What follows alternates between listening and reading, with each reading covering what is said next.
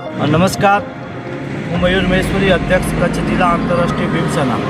આજે આપના માધ્યમથી જણાવવાનું કે મુન્દ્રા તાલુકાના ભદ્રેશ્વર મધ્યે હિન્દુસ્તાન બાગલા ગ્રુપ કરીને જે કંપની આવેલી છે એમની સામે ભદ્રેશ્વર ગામના જે વર્કરો જે ભૂખ હડતાલ કરેલ છે, ભૂખ હડતાલનો આજે બીજો દિવસ છે। આજે ધરણા 2 દિવસ ધરણા કર્યા, આજે ભૂખ હડતાલ કરેલ છે।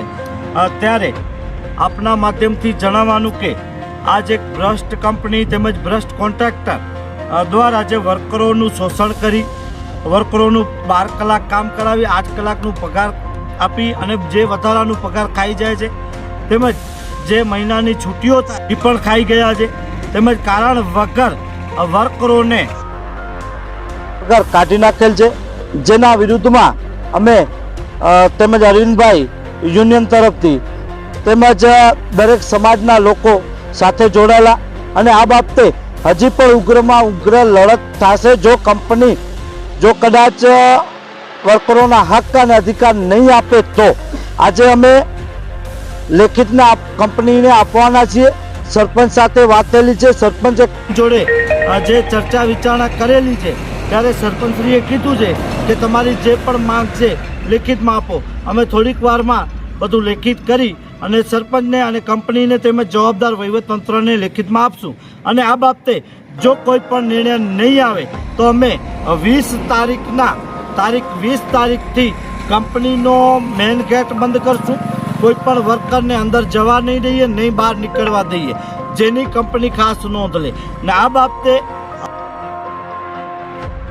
જિલ્લા પંચાયતના સામાજિક ન્યાય સમિતિના ચેરમેનશ્રીને તેમજ માંડવી મુન્દ્રાના ધારાસભ્યશ્રીને પણ લેખિત અને મૌખિક રજૂઆતો પણ કરેલી છે। તેમજ કાલે પ્રાંત અધિકારીને મામલતદારને ટીડીઓશ્રીને પણ રજૂઆત કરેલી છે।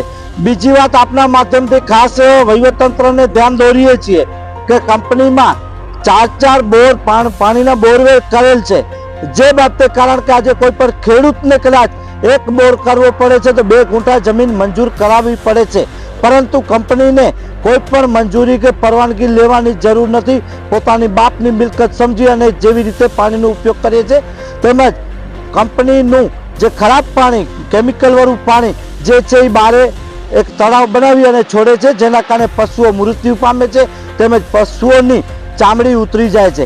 આવા અનેક એવી બાબતો છે। તેમજ કંપની અંદર જે પ્રમાણે ગ્રીન બેલ્ટ બનાવવાનું હોય, જે ફૂલોનું ઝાડોનું વાવેતર કરવું જોઈએ એ પણ એ પ્રમાણે કરેલ નથી।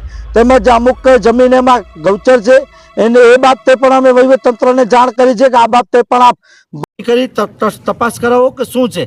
તો આ તમામ વિગતો આપને ધ્યાને દોરું છું અને વહીવટતંત્ર આ બાબતે લેશે એવી આશા સાથે અપેક્ષા છે। જય ભીમ, જય હિન્દ મિત્રો।